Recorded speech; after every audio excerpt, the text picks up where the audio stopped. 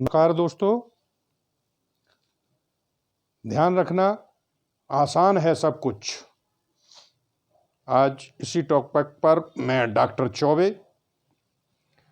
Nothing is impossible in this world. मिलती है मंजिल उन्हें जिन्हें नींद नहीं आती है, और जाबाज बनो ऐसे जिन्हें तकदीर सिर नवाती है। तो सब कुछ आसान है दुनिया में। ध्यान रखना, आपसे अधिक कोई नहीं जानता। तो आज का जो शीर्षक है, आज का जो टॉपिक है अपना, वो है do in the morning for success. जीवन के किसी भी क्षेत्र में आपको सफलता प्राप्त करनी है, चाहे वो कंपटीशन का क्षेत्र हो, व्यापार का क्षेत्र हो, आपकी फैमिली का क्षेत्र हो, समाज का क्षेत्र हो, राजनीति का क्षेत्र हो, इकोनॉमिक्स का क्षेत्र हो, कोई भी क्षेत्र हो जिंदगी का, आप सुबह इन 10 बातों को मेरी को ध्यान रखना और डेफिनेटली आपको सफलता प्राप्त होगी। सुबह उठ के इन सब चीज़ों को आपको पर डे 5 मिनट के अंदर आपको रिवाइज करना है। तो सुबह उठ करके इन 10 बातों का ध्यान रखना, इन 10 बातों को अपने मस्तिष्क में दोहराना, क्योंकि आपको आपसे अधिक कोई नहीं जानता। आपके माइंड की पावर अनंत है, आप कुछ भी कर सकते हैं। मनुष्य ने ही कंप्यूटर बनाया, तो कंप्यूटर आगे नहीं है, आप आगे हैं, लेकिन अभ्यास की आवश्यकता है।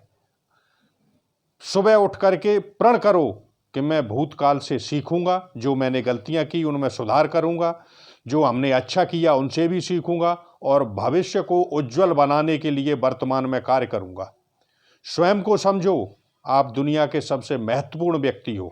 ध्यान रखना मेरे साथियों, आज आपको अपने आरामदायक क्षेत्रों को छोड़ना पड़ेगा। सिंपल वे में कुछ भी हासिल नहीं होता, दृढ़ निश्चय करके कार्य प्रारंभ करना पड़ता है। Regularity plus hard work is equal to success. जो दृढ़ निश्चय किया है उस पर रेगुलर रहना पड़ेगा, कठिन परिश्रम करना पड़ेगा। अब प्रश्न यह है कि जिस कार्य के लिए दृढ़ निश्चय किया है उस पर स्थिर रहना बहुत कठिन है। आपने निश्चय कर लिया कि मैं सुबह 4 बजे जगूंगा, एक हफ्ते जगते हैं और उसके बाद फिर 5 बजे हो जाता है, या मैं 10 घंटे पढ़ूंगा। तो 10 घंटे नियमित पढ़ना बहुत बड़ी चीज़ है, क्योंकि जब भी आप 1 घंटे पढ़ते हैं तो आपका मस्तिष्क भागता है इधर उधर, तो बहुत कठिन है, समय लगता है, जीवन पूरा दांव पर लगाना पड़ता है। लेकिन घबराना नहीं है, केवल मस्तिष्क को नियंत्रित करना होता है। अब नियंत्रित कैसे करें? तो नियंत्रित करने के लिए मैंने पहले आप लोगों को एक वीडियो बताया था कि मेडिटेशन के द्वारा शांत मन होकर के सुबह पहले जाग करके जो मैं ये 10 चीज़ें बता रहा हूँ उनको आप रिवाइज करिए, और जब माइंड में ये रिवाइज हो जाएंगी तो आपको लगेगा कि हाँ, मुझे कुछ करना है जीवन में। तो मेडिटेशन करिए, आप शांत मुद्रा में बिल्कुल आप बैठ जाइए, और शांत मुद्रा में बैठने के बाद कुछ भी न सोचें। मन भागता है, भागने दो, अंदर की आवाज़ को सुनते रहें जो सांस ऊपर नीचे जा रही है। अंततोगत्वा नई चीज़ को सुनने के लिए मन स्वयं अपने आप लौट करके आएगा, उस सांस को देखेगा, फिर हार्ट बीटिंग चलेगी आपकी, उस सांस को देखते देखते फिर और कुछ दिखेगा। धीरे धीरे मस्तिष्क नियंत्रित होने लगेगा, और इसका समय बढ़ा करके आप 45 मिनट समय तक कर लेते हैं तो मस्तिष्क पर नियंत्रण होता है। तो मस्तिष्क को नियंत्रित करना बहुत ज़रूरी है, वरना एक ही पॉइंट पर आप कई वर्षों तक लगातार IAS IPS की तैयारी कर रहे हैं तो वर्षों लग जाती हैं। तो उस समय आपने मस्तिष्क को नियंत्रित करना बहुत कठिन है, इसलिए माइंड पावर को आप बढ़ाइए पहले।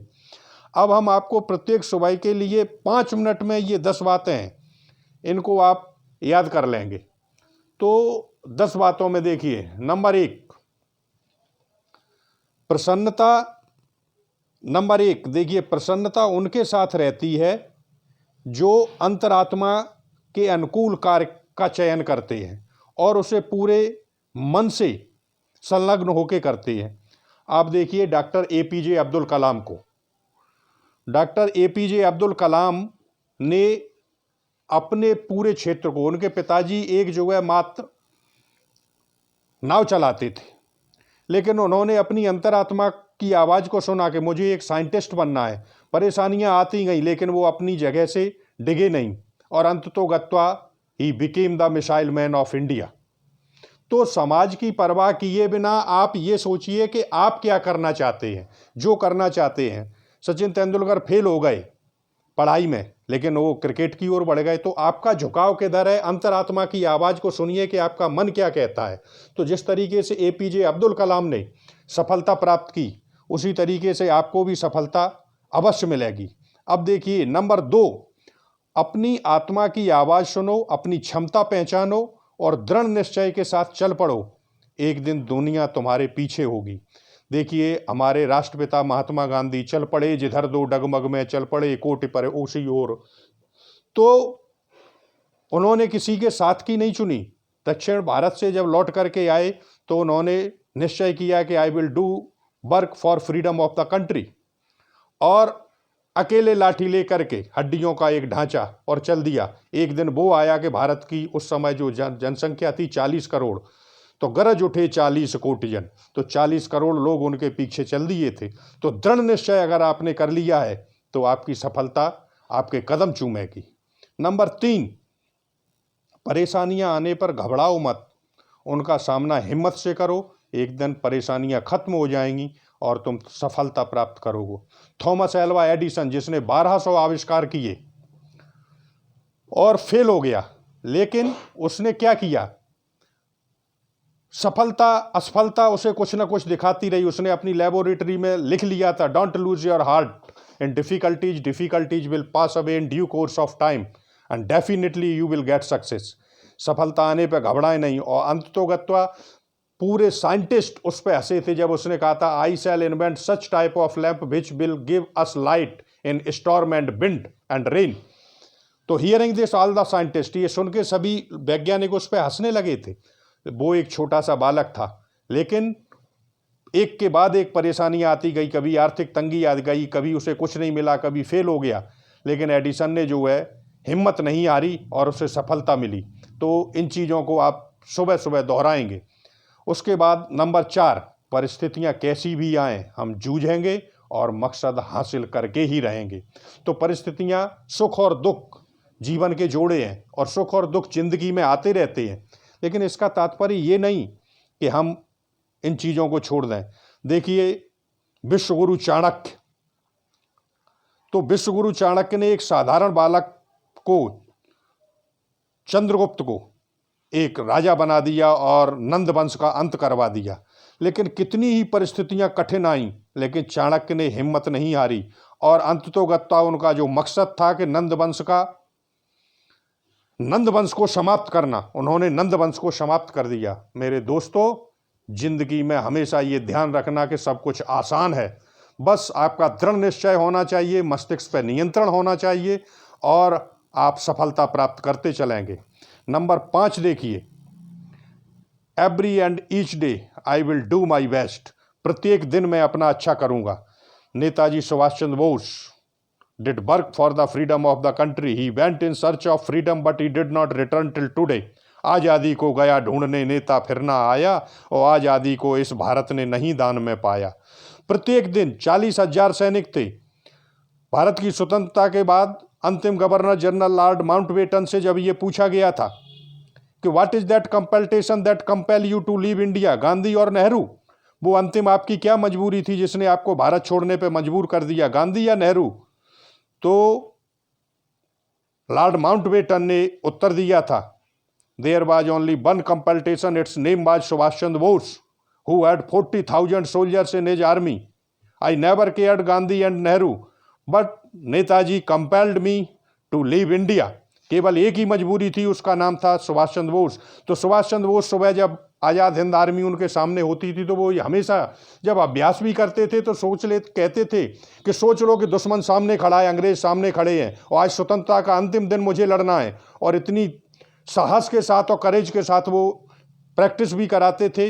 तो डेली ये वो कहते थे कि आज इतना किया है, आज हमने 10 तक किया, कल 11 करेंगे, 12 डेली पढ़ते हुए। तो इसी तरीके से कॉम्पिटिटिव स्टूडेंट्स को ये सोचना चाहिए कि आज ये प्रिपेयर किया मैंने, कल इससे भी अच्छा करूँगा, आज इससे भी अच्छा करूँगा, आज इससे अच्छा करूँगा। तो each and every day I will do my best. Number 6, अपने आप को समझाओ, दुनिया में अकेले आए हो, सब कुछ अकेले ही करना है और अकेले ही जाना पड़ेगा। इसलिए आज से अकेला ही कार्य प्रारंभ करूंगा और तब तक नहीं रुकूंगा जब तक अपना उद्देश्य प्राप्त नहीं कर लेता। डू और डाई। तो देखिए आप विवेकानंद जी को जब शिकागो वक्तृता में अमेरिका गए तो गुरुजी ने, रामकृष्ण परमहंस जी ने कहा था कि तुम अकेले जा रहे हो, वहाँ पे क्या बोलोगे, क्या करोगे? तो उन्होंने परवाह नहीं की और अकेले ही चले गए और पूरे विश्व को हिला दिया और सनातन धर्म की पताका लहरा दी पूरे विश्व में। अमेरिका में जाकर उन्होंने ये सिद्ध कर दिया था कि Indian are the best in the world. तो सब कुछ आसान है मेरे दोस्तों, भूलना मत, एक बार अपने रास्ते पर निकल चुको, दुनिया की कोई भी ताकत तुम्हें नहीं रोक सकती। नंबर 7, मैं संसार को सूर्य की भांति रोशनी दूंगा और आज से सूर्य की तरह जलना भी सीखूंगा। मैं एक ऐसा उदाहरण प्रस्तुत करूंगा कि केवल मेरे माता पिता, परिवार, रिश्तेदार या समाज ही नहीं बल्कि पूरा विश्व मुझ पर गर्व करेगा और संसार के लिए पथ प्रदर्शक बनूंगा। तो संसार को रोशनी देंगे, लेकिन सूर्य रोशनी देता जरूर है लेकिन स्वयं जलता है, इसलिए स्वयं जलते रहना, लेकिन दुनिया को दिखा देना कि मैं भगवान भुवन भास्कर की तरह पग पर जो है जहां जहां अपने पैर रखूंगा वहां वहां त्याग, तपस्या, तपोवन की त्रिवेणी प्रवाहित कर दूंगा। दयानंद सरस्वती ने कदम उठाया कि समाज में और धर्म में फैले हुए आडंबर को हिला करके रख दूंगा। तो आडंबर की नींव हिलाकर दिया जगत को मोड़ और सफल सुधारक था समाज का दयानंद बेजोड़। तो उन्होंने अकेले ही सब कुछ किया और 1875 में आर्य समाज की स्थापना कर दी उन्होंने, और उनका सामना करने से लोग घबराते थे। तो एक व्यक्ति ही सब कुछ कर सकता है, आप चिंता मत करना कि आप अकेले हैं मेरे दोस्तों। एक बार आप अपनी पढ़ाई में जुट जाइए, सफलता तुम्हारे कदम चूमेगी। नंबर 8, करना सब चाहते हैं, सब अनिल अंबानी बनना चाहते हैं, लेकिन कुछ लोग ही सफलता प्राप्त करते हैं। क्यों? जब सबने एक किताबें पढ़ी हैं, एक ही टीचर ने सबको पढ़ाया है, तो क्यों? तो देखिए, द्रोणाचार्य जी महान थे, ये अच्छा है, लेकिन द्रोणाचार्य अर्जुन के भी गुरु थे और द्रोणाचार्य दुर्योधन के भी गुरु थे, दोनों के गुरु थे, लेकिन दुर्योधन अन्यायी निकला और अर्जुन महाभारत का नायक बना। तो कुछ चीज़ें शिष्य पर भी डिपेंड करती हैं, ध्यान रखना, क्योंकि माइंड को, मस्तिष्क को एक ही कार्य के लिए कंसंट्रेट करना अति आवश्यक है। जब चिड़िया का निशाना लगाते समय द्रोणाचार्य जी ने पूछा था कि क्या क्या दिख रहा है, तो किसी ने कहा पीपल का पेड़, किसी ने कहा पूरा विश्व, किसी ने कहा चिड़िया। अर्जुन ने कहा था मुझे चिड़िया की आंख दिख रही है। तो मेरे प्यारे दोस्तों, अगर आईएएस की तैयारी कर रहे हो तो स्वप्न भी वही देखो कि मैं आईएएस बन गया, स्वप्न भी वही देखो कि मैं आईपीएस बन गया। और जिंदगी में एक ही मकसद याद रखना, जब कोई भी डिजायर आपके अंदर उत्पन्न होती है, तो जब वो बाहर निकलती है या जब आप सोते हैं, तो वो डिजायर वायुमंडल में बाहर निकल करके और सुबह हजारों गुना ऊर्जा एकत्रित करके आपके अंदर प्रवेश करती है। जब हम एक चुंबक के टुकड़े को कूड़े के ढेर में फेंक देते हैं, तो वो आसपास पड़े हुए लोहे के कणों को अपने आप खींच लेती है। तो ऐसे चुंबक बन जाइए कि आसपास के लोग आपसे आकर्षित होने लगें, और जिस पद को आप लेने के लिए जा रहे हैं, बेल बेगन इज हाफ डन, खाना उतना ही खाएं, कपड़े भी वैसे ही पहने, कटिंग भी अपने बालों की वैसी ही रखें, बातचीत वैसी ही करें, तो बेल बेगन इज हाफ डन, आप आईएएस आधे तो पहले से ही बन गए।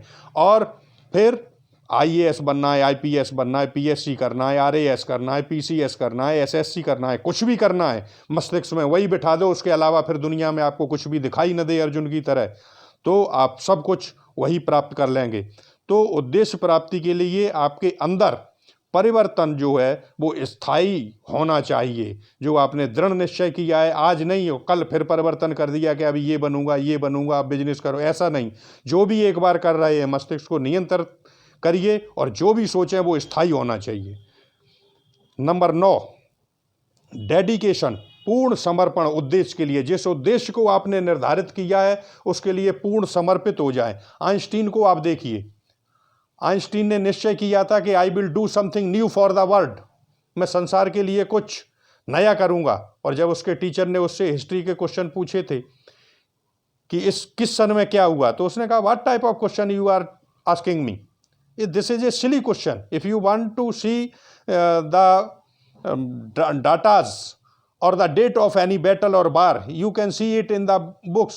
I don't want to read such type of sentences which are presented in the book. जो किताबों में लिखा है उसे जानने से क्या, वो तो किताब खोलो और देख लो, सन याद करने से क्या होता है। I want to do something new for the world, इस शब्द को सुनकर के टीचर ने उसे स्कूल से निकाल दिया, लेकिन वो पूर्ण समर्पित था कि मुझे कुछ करना है। और आइंस्टीन ने वो कर दिखाया जो विश्व में आज दिन तक कोई नहीं कर सका। नंबर 10, रिस्पॉन्सिबिलिटीज को समझें, चैलेंजेस को स्वीकार करें, हिम्मत ना हारें, समस्याओं को हराएं, समस्याओं को मालिक न बनने दें, समस्याओं को हराएं और मालिक स्वयं बने। आप देखिए सरदार पटेल ला के खींच राज्यों को बांधा एक डोर से, यह सब सरदार की चतुरता का खेल था।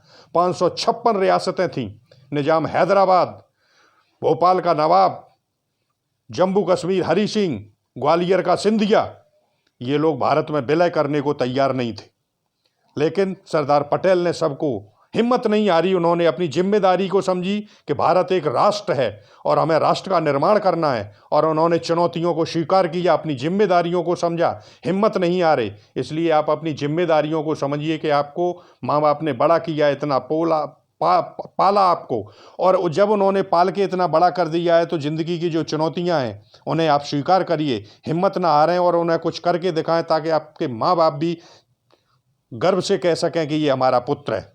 ऐसे कार्य करें कि आप अपने पिताजी के नाम से न जाने जाएं, लोग आपको जानें, और पिताजी जब कहीं जाएं तो कहा जाए कि ये फलाने IAS हैं, या लड़की है SDM बन गई है, लड़की है तहसीलदार बन गई है, लड़की है PSC क्वालिफाई कर लिया, ये उसके पिताजी हैं, तो आपको अपने ऊपर गर्व होगा मेरे साथियों।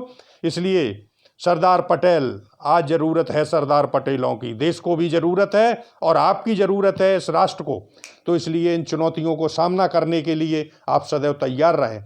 तो इन 10 चीज़ों को आप सुबह अपने मस्तिष्क में दोहरा दीजिए, इतना आत्मबल धीरे धीरे बढ़ जाएगा। आप करके देखिए और 40 दिन के बाद आत्मबल इतना होगा कि जो आप चाहोगे दुनिया में कर सकते हो। अगर आप आज ऐसा करना प्रारंभ कर दें, परेशानियों से घबराना मत, मस्तिष्क को नियंत्रित रखना, तकदीर तुम्हारे चरण चूमेगी और तुम मुकद्दर के बादशाह बनोगे। दोस्तों फिर याद रखना, आसान है सब कुछ, आसान है सब कुछ, नथिंग इज इम्पॉसिबल। मिलती है मंजिल उन्हें जिन्हें नींद नहीं आती है।